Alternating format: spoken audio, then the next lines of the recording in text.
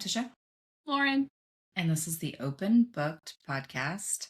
Today we are talking about The Great Gatsby. But first, what are you reading and what did you read this week? So I am reading nothing at this time. I finished the Da Vinci Code, which I talked about reading last week. I loved it. I'm about to watch the movie. I watched the movie when it first came out, but I didn't remember anything from me just reading the book. Like, I thought stuff, and I was like, oh, so I'm going to watch the movie after we finish recording. But then I read The Great Gatsby, which I'd read in high school. And I think around the time that movie came out, which I looked it up, was 2013.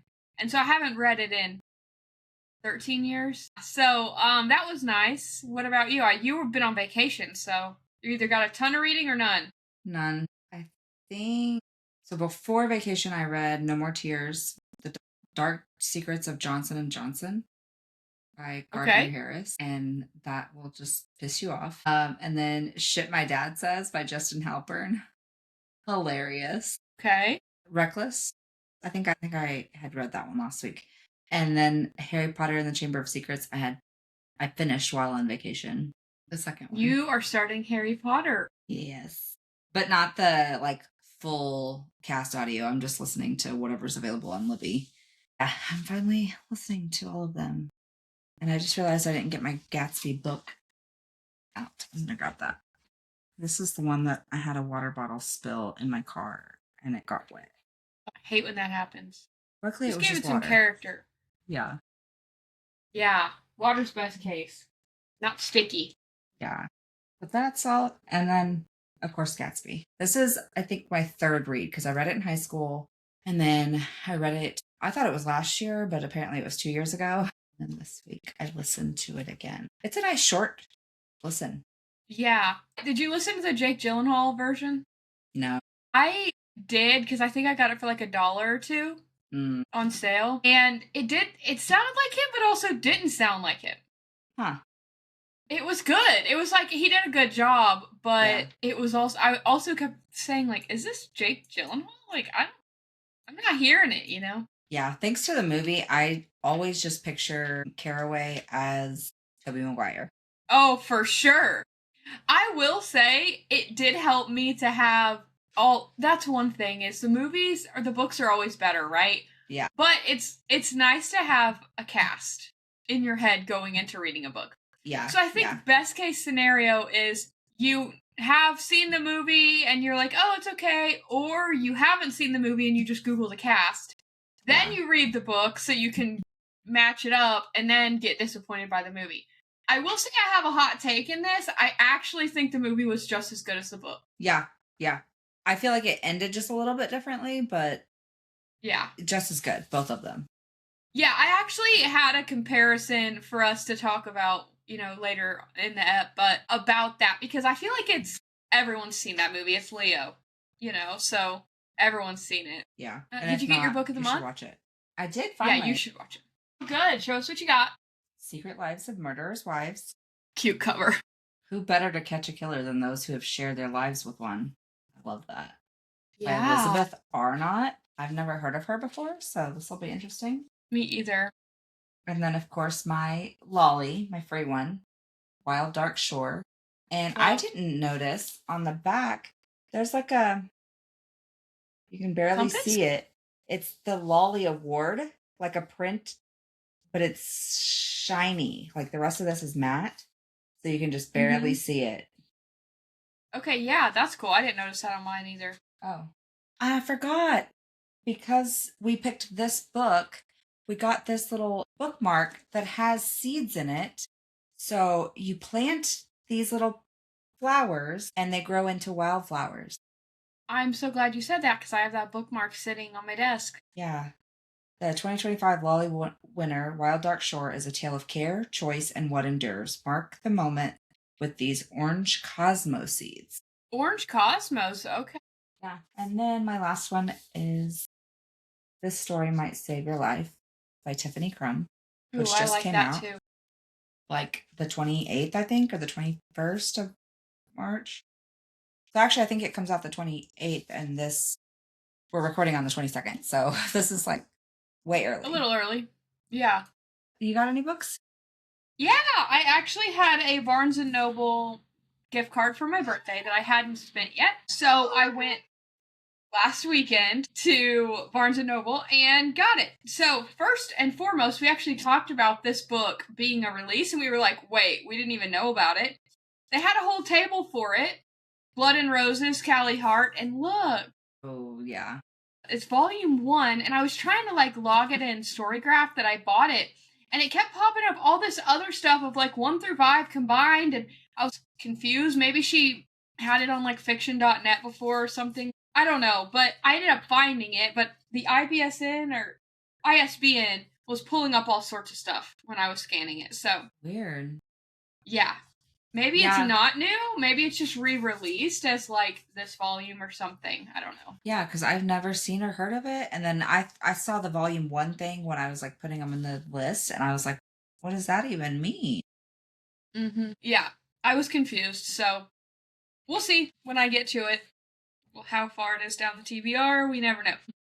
This next book is called Weaving Shaw by Iba Al City. Oh, It yeah, yeah. intrigued me because of the cover, and it doesn't have edges or anything, but it was on the Romantasy. It has like skulls in here. I've been really good about checking while I'm in store to make sure it's not a sequel or, whatever. This is a standalone so far, and the line says the price to enter is your darkest secret. And it's like a spooky house with a sword, and I was like, oh, this is my vibe. Good reviews, so I thought, why not? And then lastly, I think last book call I said I'm buying all the Zodiac Academies one at a time. Mm-hmm. So I'm on number 3. I got 1 through 3 now, so anytime I go, that's the first thing I grab is whatever the next one is. Eventually I will have them all, but they are too many to buy all at once, so. Yeah. Yeah, I've seen on TikTok Shop you can buy the whole bundle and it's still like $150 even on like extra bonus sale with discounts. And I'm And like, coupons. Jesus. That's a Yeah. lot. No, I agree. I am using like my gift cards or whatever gift money to get them one at a time.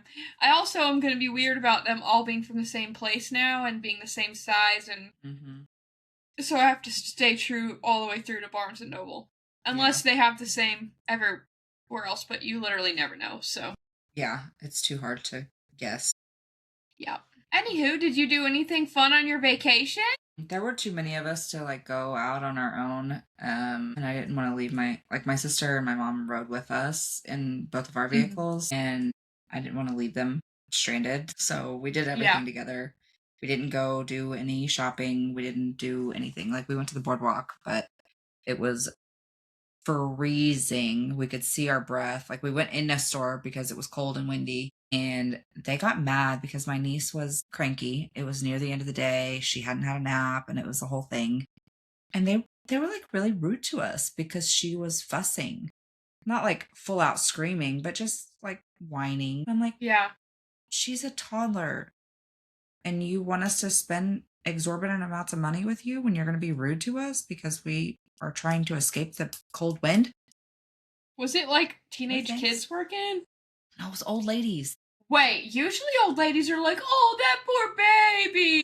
Yeah, no. They, like, from the minute we walked in, and only half of us went in, so it was like 6 or 7 of us, and then her, and they were just really standoffish and rude. I was like, so much for hospitality. Yeah, that's odd because usually the old ladies are good and the teenagers are the ones that are annoyed. Yeah. So we didn't. I got home. I'm washing laundry all day, and I was like, shit, we didn't buy any souvenirs. We usually get like a T-shirt for each of us and the kids, and we didn't do nothing. Honestly, I will say I've started spending a lot less money on souvenirs. It's just shit that piles up. Yeah, I used to do this every single time we went to any concert. We would buy a t-shirt for all the bands we saw at first. And then we were like, okay, we can't be buying 3 t-shirts. So we would just get my husband's size, which is 1 size bigger than me, so I could wear it as like an oversized tee. And then he could wear it too, and we kind of share it. It's weird, but it is what it is. Then we switched to just getting the headliner or the person we're there to see. So if it's Riley Green and, whatever. We already have a Riley Green t-shirt. We're going to get the other person. So And then we were like, we'll make a quilt one day. Then we started doing that with vacation shirts. And then 5K shirts. And then every place we go to, we have to go to a Harley Davidson store and get a Harley Davidson t-shirt. So now we have $30 t-shirts at least times over 11 to 12 years. Yeah, literally 11 to 12 years of vacations and concerts and 5Ks and everything else. And I'm like, this is going to be the biggest quilt ever. We're going to have multiple quilts. Yeah. And so this last trip, we just were like, why spend the money on that? Yeah. Like, we have pictures and we have, hopefully, memories to last a lifetime. Exactly. Pictures are free. Everyone has phones. Yeah. Yeah, no, and maybe it's just the age that we're at. But we used to spend like half a day of vacation souvenir shopping for all of our friends and family. Mm-hmm. And then whatever we wanted. That's why all my fridge magnets are like from 5 years ago or older. There are no current trips on there. If they are, they're gifts from other people. Yeah. It's like, maybe we're just at that age where, is it really worth the money? Like, we get little stuff, like, I get you and Allie a bookmark everywhere I go. I feel like that's something small, and you'll use it. It's a bookmark. We're book people. And I think it's kind of cute. You just add a little bookmark. I'm not going to get, like, a big old t-shirt or hoodie for every single person. Yeah. You know, Or even like keychains now, or just nobody carries a key anymore. Like, you have one key, or you have just fob, or even a lot of people have key cards now. So you just keep it in your pocket or in your bag and hope it's there. If it's not there, your car won't start. Yeah, and then literally, that's how it is. 100%. I have a thing of keys in my bag.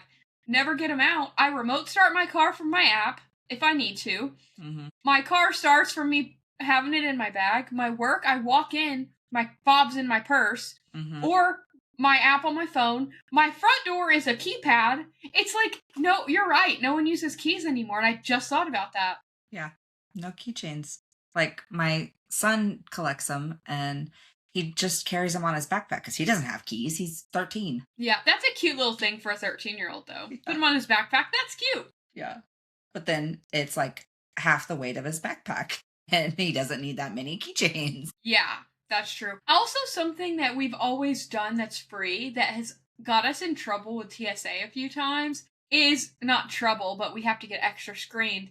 We take sand from every beach we've ever been to since we started going on. Jesse's first trip to the beach was actually our honeymoon. So since then, every beach we've been, I mean, we have sand from Scotland, Italy, and then everywhere in the U.S. we've been, which is like every beach in Florida, I feel like, because of COVID. And we did the whole A1A. We came back with like 10 water bottles of sand. And I think, oh, this is so cool. I want to do something with it. It's literally in water bottles, in a tub, in my storage unit, with the year and what beach it's from written on it in Sharpie. Yeah. And I'm like, eventually maybe I'll do like a travel room where I put the stuff that we have bought. But like, I'm in a big throw it away or don't buy it mood right now. Same. And I think that's the millennial minimalist in us that's just like, yeah, those memories are cool. And it'd be cool to be like, oh yeah, these are all the beaches I went to. Because a lot of people do it in one bottle and you just pour a little bit from each one and it looks like all the different layers. But it's like, that shit eventually mixes. Like, heaven forbid you tip it over. If you have a kid or a cat or a dog. Earthquake. Even that just knocks it over and it's all mixed up. We got sand from everywhere. Yeah, I know. That's the box I originally saw, and then I had that same thought. And then I'm like, we always get, that's one souvenir that we have always done is shot glasses. So everywhere we've ever been, and we still do this one, because they're like $3 or $4. Yeah. We have nowhere to put them, though. We were just talking about it. We got our little Eiffel Tower one. We're like, look, we have a shelf. We do use them at parties that we'll give everyone one. Like, you've shot out of them. Yeah. But at the same time, it's like, why do we need 50 shot glasses? Yes, they're memories or whatever. Event a year when you can buy plastic ones and throw them away. Yeah, when I could do the little mini red Solo cups. I don't know. Yesterday, I went through my closet. I took a giant bag to Goodwill. I shipped a bunch of stuff off to sell. I just am like, why keep it if it's not working for me anymore? Or I don't use it. And I feel the same way about the suit. I just will go through my pictures. You know what I did do? I did a collage of photos and put it above my fireplace by my old books, and that's the only photo I have hanging in my house. That's how minimalist, I don't decorate. Me either. I don't have photos. I don't have nothing. I have books. Yeah. I just don't think about it when I could be thinking about it. Yeah. I'm like, There are some people that like get in moods and change it seasonally and spend so much money, and it's like their space and their thing, and I'm like, that's a waste of money. I could have bought, or the amount you spend on that, I could have taken a trip. exactly. I would rather see places and do things in those places and have those memories. And I don't know. I just want experiences. Maybe that's a Yeah, me Midwest too. thing. Yeah, because we're so far from everything. Yeah. I don't know. Yeah, I mean, you're gonna think about the memories, the laughs, something funny that happened. They got everyone laughing. The times your kids did this silly thing. Like I was telling Jesse that the other day. Like we were talking about whether to sell our house or buy a bigger house or get toys and keep this house. Like we're in this place where we've gone back and forth for 3 years over this. And I said, you know what about my childhood and my life? I remember I couldn't tell you what I got for Christmas every year. No. I couldn't tell you anything I got for my birthday. Maybe one-off stuff like, oh, your first bike. Like, or like, oh, that big gaming console during the that got me hooked on Guitar Hero. You know, that is like, but every single Christmas, no, I couldn't tell you. But I could tell you every family trip we went on. I could tell you endless memories of being at the lake because we had a boat and my dad riding his motorcycle. Like all these things I remember, and I don't remember a single present. No. And I was like, why don't we keep our house, buy some property, could be crap, have like a second weekend thing. Maybe it's for hunting, you know, some like that's put a what camper out there or something. Exactly, or just build a little lean-to, put the camper in it. Yeah. Like, and not right now, or build a shop here too and give us more space, but I'm like, that's the thing people remember. And this kind of ties into books. We're kind of on a tangent here.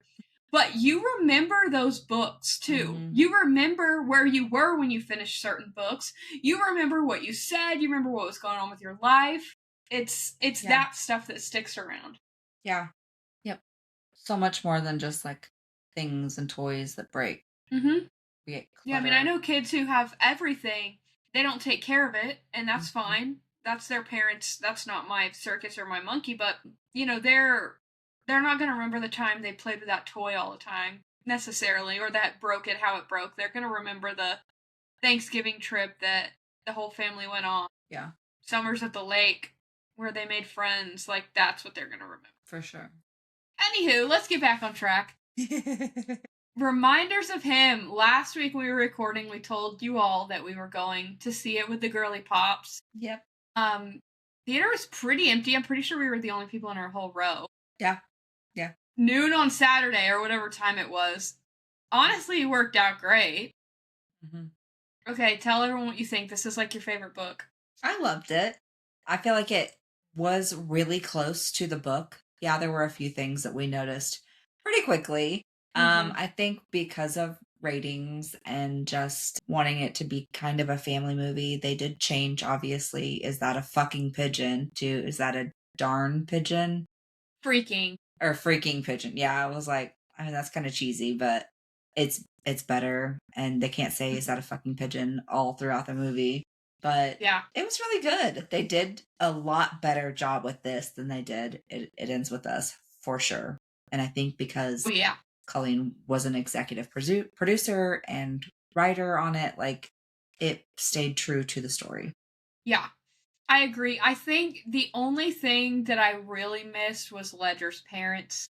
Everything else they changed. I was like, okay. But they did not have that as spoiler for everyone. Sorry, I just went into it. Yeah.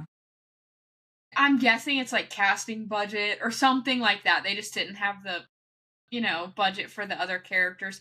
I liked how they made the pigeon thing work. I mean, honestly, like the other casting. Was the song Yellow the song during the wreck in the book too? I think so.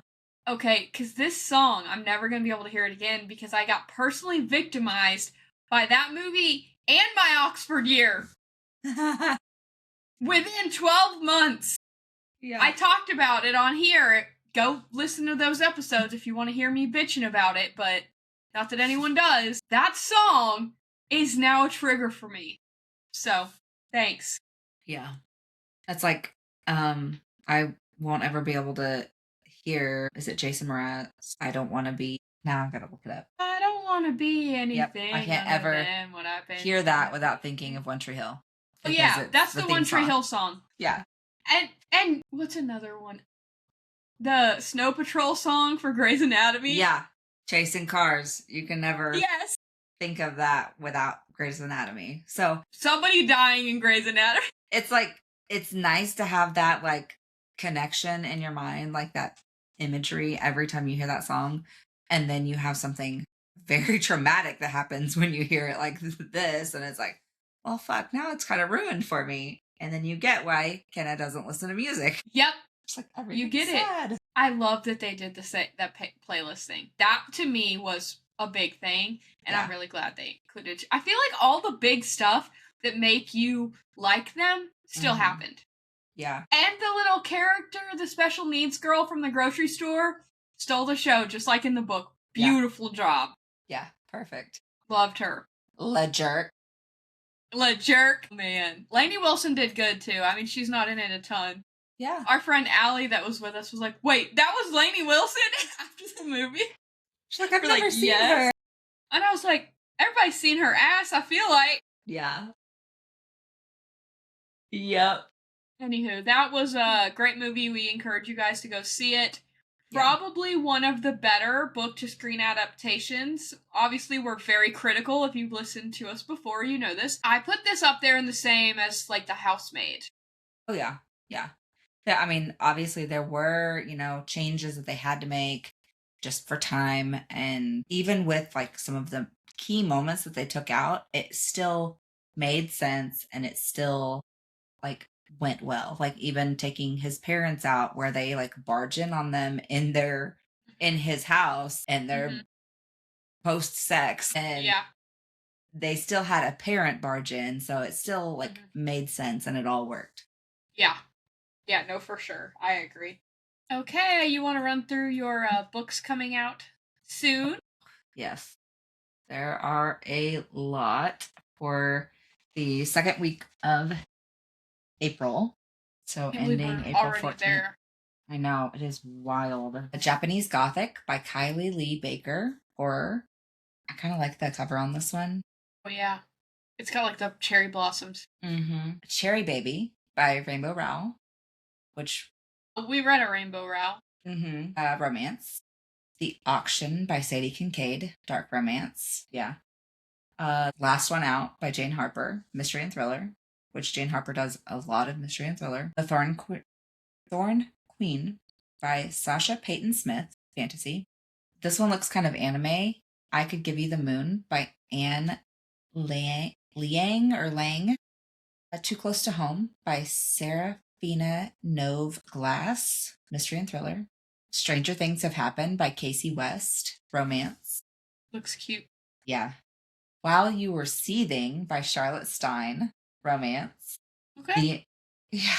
The Insomniacs by Allison Wynne Scotch, mystery and thriller. Stay for a Spell by Amy Coombe, romantasy. West of Wicked by Nikki St. Croix, romantasy, which she does a lot of those. She did my favorite, The Never King series. Yeah, that was good. That was real good. Ooh, Hope Rises by David Baldacci, mystery and thriller. Wife-Shaped Bodies by Laura Cranehill, horror. Don't Tell Me How It Ends by Adrian Thurman, romance. And this last one is the most interesting to me. Dear Monica Lewinsky by Julia... I get triggered when I hear that name. Langbine, fiction. And I'm like, now I want to read it just to see what somebody has to say to her for ruining our country. No.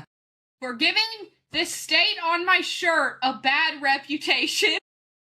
I'm telling you, I don't know if I've said this before. Everywhere in the world knows us by Bill Clinton. I'm not even kidding. Yeah. Not even the Walton family, not Walmart, not JB Hunt, Tyson, Glad, like none of it. All of the stuff that generated here. Even like I saw some of the, what's that shirt company in Bearville? Oh, Caruso. Yeah, I saw some of those out and about when we were in a gift shop inside of a museum. And I was like, oh, that's from Berryville. And nobody even knows that. Yep. Bill Clinton. No, I grew up going to church with the owners of that. And that's like one of the jobs available in Berryville. You work at the gun shops or the t-shirt shop or Walmart Tyson. Or the place that made fixtures for like ships and spaceships and all that, where my mom worked for 30 years. They shut that down though. Yeah. LaBarge. Yeah. That's where my grandma worked.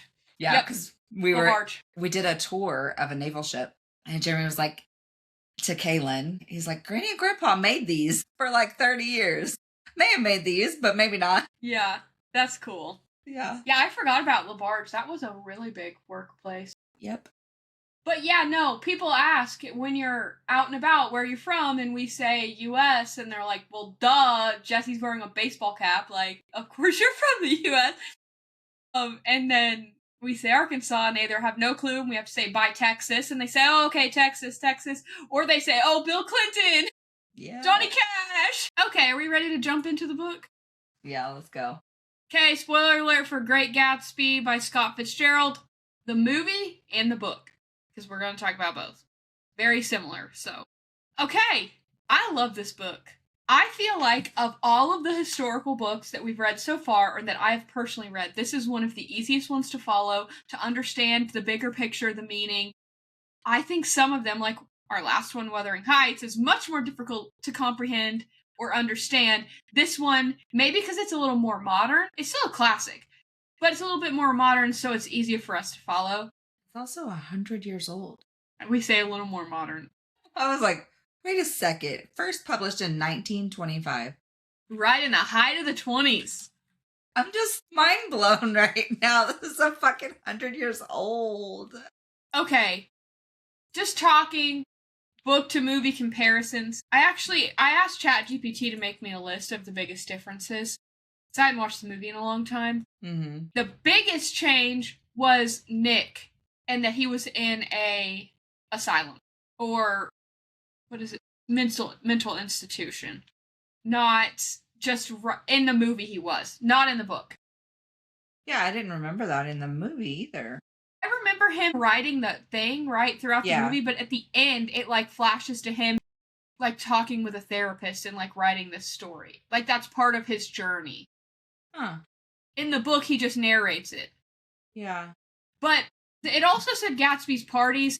I think the book did a good job talking about how extravagant they are. The movie obviously had the cinematography or whatever. Like, that meme of Leo turning around with the glass of champagne and the fireworks behind him is iconic. Yeah. Which I feel like it fit the description of the book. If the book would have been written more today and, like, there were more things at the fingertips, I don't feel like that was a bad change. I think it was good. Okay, let's get into the nitty-gritty, though. Do you think Daisy is the real villain? Yes and no, because she strung both of them along, basically. Yeah.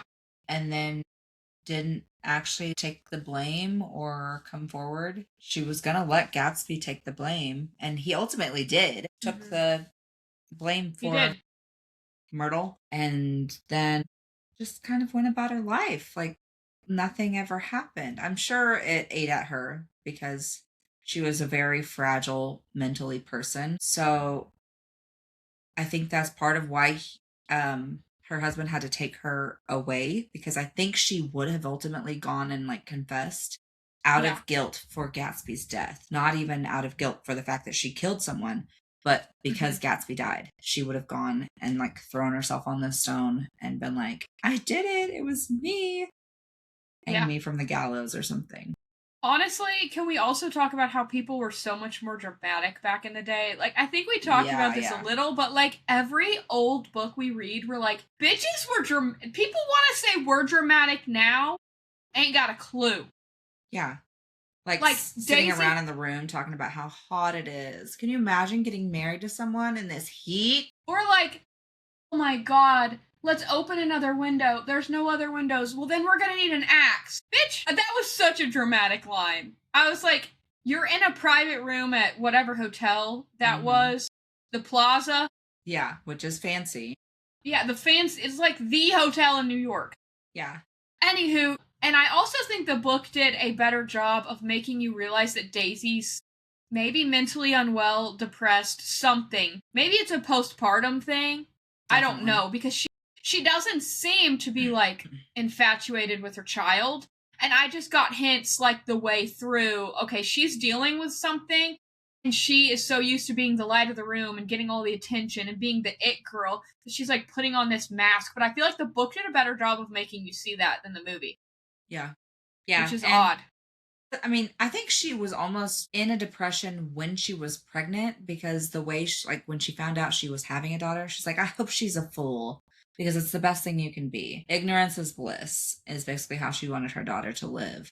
Because Yeah. if she hadn't known about all of her husband's extramarital affairs, maybe she could have been happy Yeah. or somewhat I mentally I do stable. get that. I do get that honestly because if I have like this is in personal life, not with marriage, but like coworkers, when I know a lot more than I say that I do, but I don't want to know it. Yeah. Yeah. Or like employees. Like I don't want to know it because if you're ignorant, you don't know any different. Once you know, you can never unknow. That's the thing that sucks. You can't forget it. It's always going to be in your head. Yep. Yeah, no, I get it. I think it's her depression or mental illness is from her life.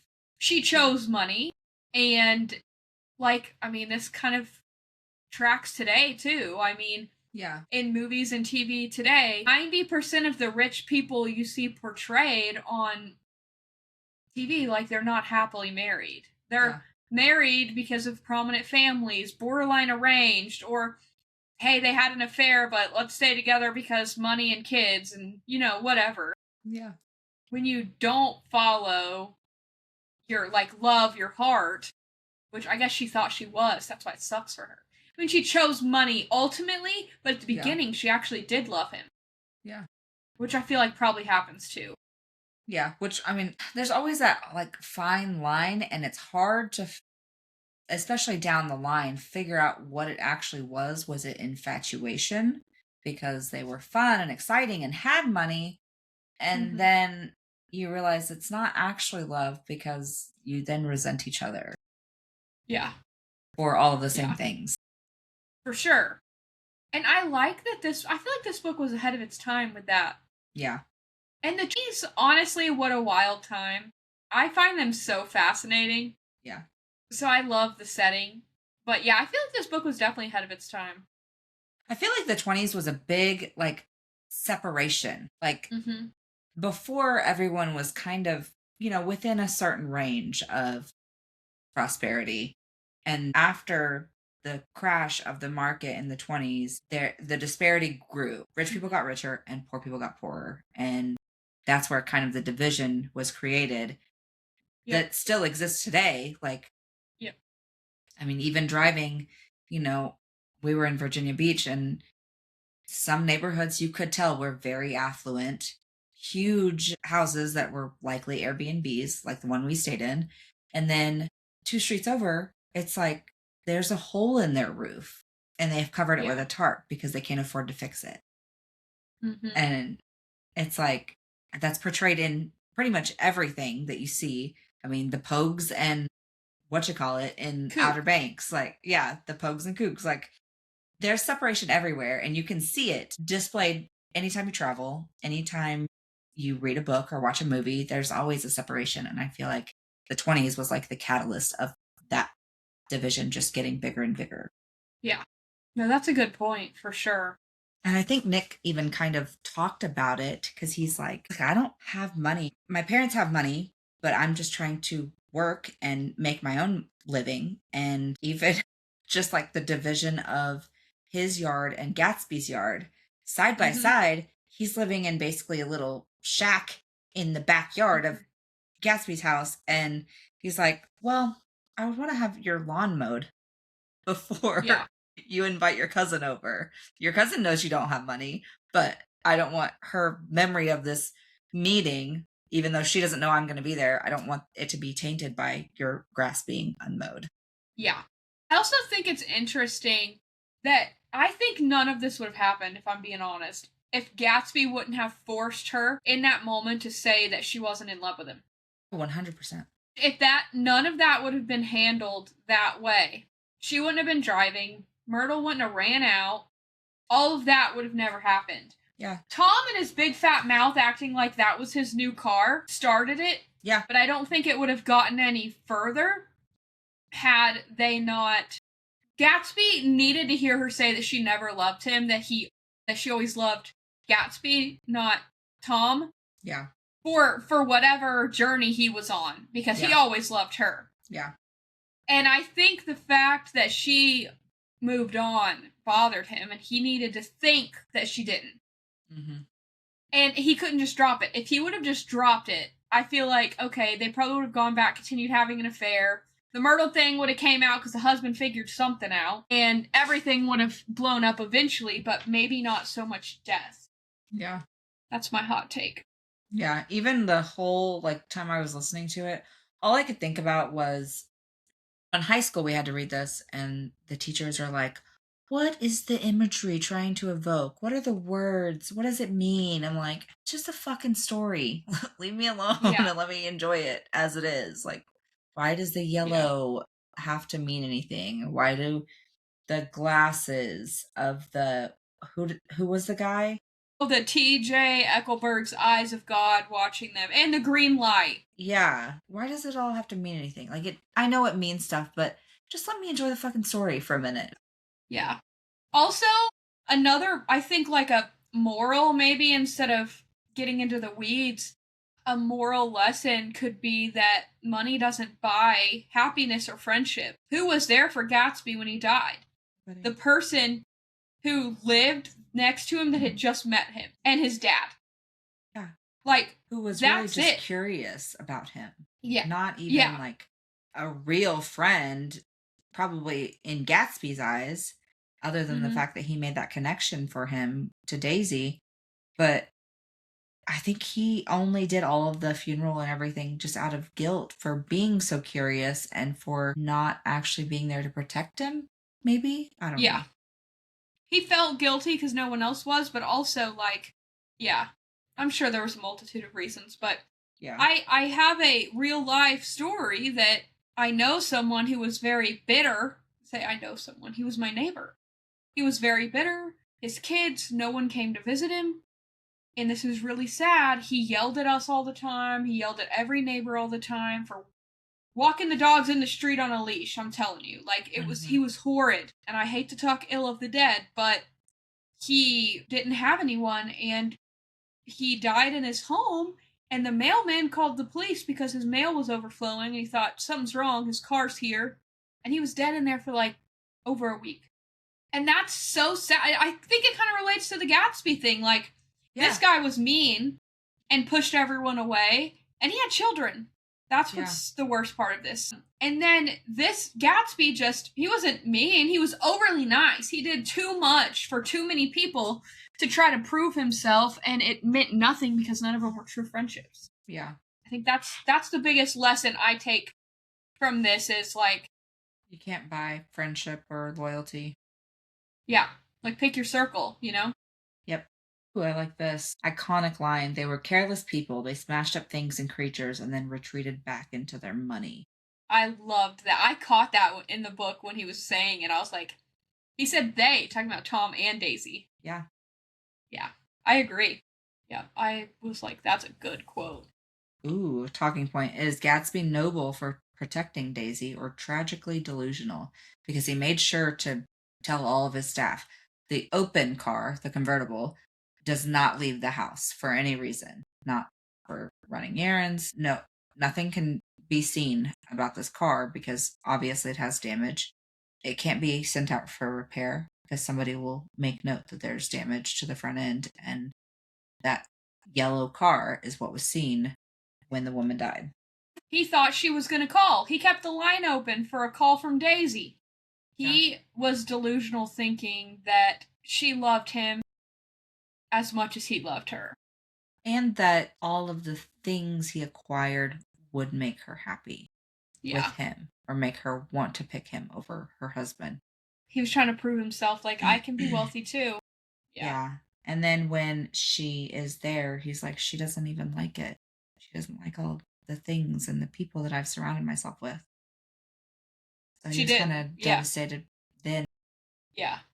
I think Gatsby's, I don't want to say he's completely the victim, but he is definitely a victim. Yeah. Yeah. Is Gatsby proof that the American dream is broken or that he pursued it the wrong way? I think he pursued it the wrong way. You hear stories all the time about people pursuing it the right way. I mean, like Matthew McConaughey Mm-hmm. and, gosh, so many other people. I think that he did it for the wrong reason. He didn't do it to better himself, provide for a family, whatever. He did it to impress someone who'd already married someone else. Do you think she was talked into it by her mom? Because clearly she had gotten a letter or something and she was devastated. And I feel like she might have called it off, but they're like, oh, let's get her a cool bath. She's just belligerent and this'll fix everything. And the next day she marries him without a hitch.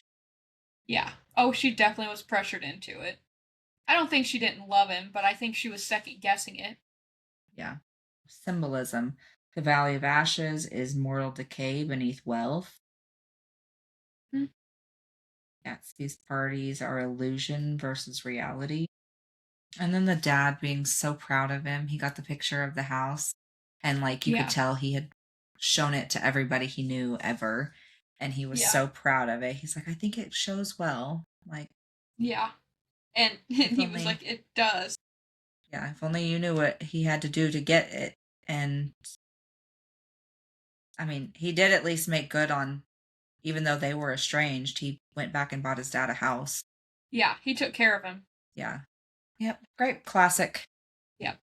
And I feel like every time you read it, you gain something new out of it because you're at a different phase in your own life. Like there is the romanticizing of the parties and the lifestyle going back and forth to New York and, driving cars fast without seatbelts and just being overly reckless, even with your relationship, like the way Tom cheated and Myrtle was cheating on Yeah. people that genuinely loved them, but were just unhappy with themselves. Yeah. Um, and that's like the things that you idolize and want to do and see when you're, young and in your 20s, everything is fast and you have to do it now. Where when you're older and you're like, I don't want to invite all these people to my house because I don't want to have to clean it afterward. Yep.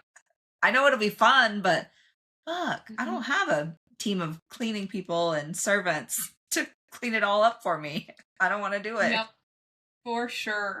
We got anything else? I do not. I think I've yapped enough on this episode. Same. Next week, we will be. Ooh, I'm excited for both of these. Next week, we are covering Story of My Life by Lucy Score. This is the first in a series, and she just had the second one released. It actually releases this week. Mistakes were made. Okay. So excited. Yeah, big stuff. For both of these because Lucy Score is just top tier romance and spice and banter, funny, all of the things. So Great characters. yes, read Story of My Life to follow along with us. Go check out our website, buy some merch, subscribe if you haven't already, and we will talk to you guys later. Bye.